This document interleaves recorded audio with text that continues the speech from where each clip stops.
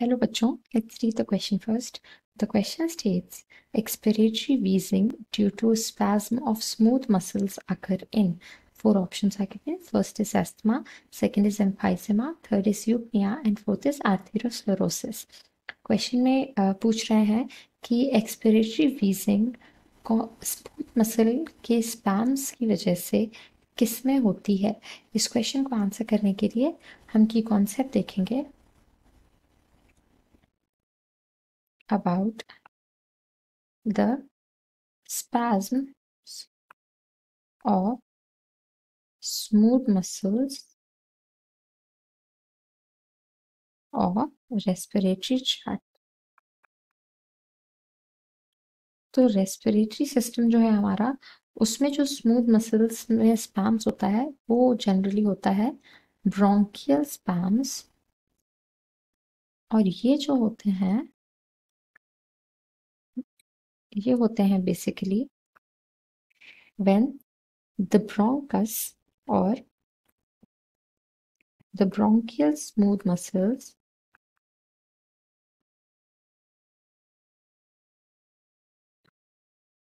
become more reactive to stimuli or to stimulus like any allergen or air irritant, which makes it or which leads to tightened muscles or airways which are more easily stressed, and this leads to the shortness of breath or tightness in the chest। तो ये चीज जो होती है ये होती है asthma की कंडीशन में, और एस्थमा की ही कंडीशन में और भी प्रॉब्लम्स होती हैं, जैसे कि inflammation of the bronchial mucosa, जो कि हमने डिस्कस किया कि जिसकी वजह से एयरवे जो होते हैं वो टाइटन हो जाते हैं या कम हो जाते हैं, तो प्रॉपरली जो गैसेस एक्सचेंज है वो भी नहीं हो पाता, या एयर जो है वो प्रॉपरली पहुंच ही नहीं पाती गैसेस एक्सचेंज के लिए। उसके बाद म्यूकस का हाइपर सीक्रेशन भी होता है इस कंडीशन में,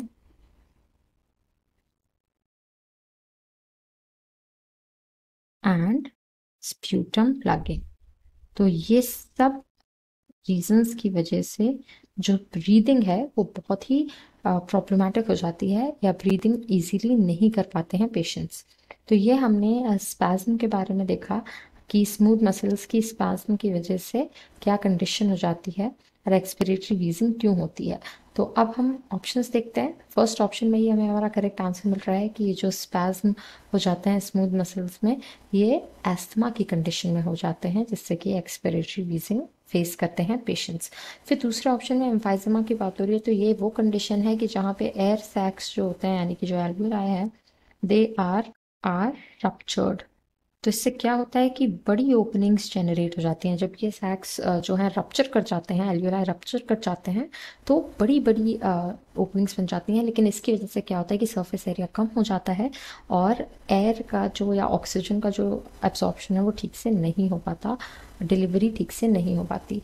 फिर उसके बाद अगर हम यूपनिया की बात करें तो ये भी हमारा करेक्ट आंसर नहीं होगा, इसको भी क्रॉस कर देते हैं, क्योंकि ये जो है एक सही कंडीशन है, यानी कि जब हम गुड हेल्थ में हैं, साउंड ब्रीदिंग कर रहे हैं, no issues with the breathing, तो ये जो है ये हमारा बिल्कुल आंसर नहीं होगा।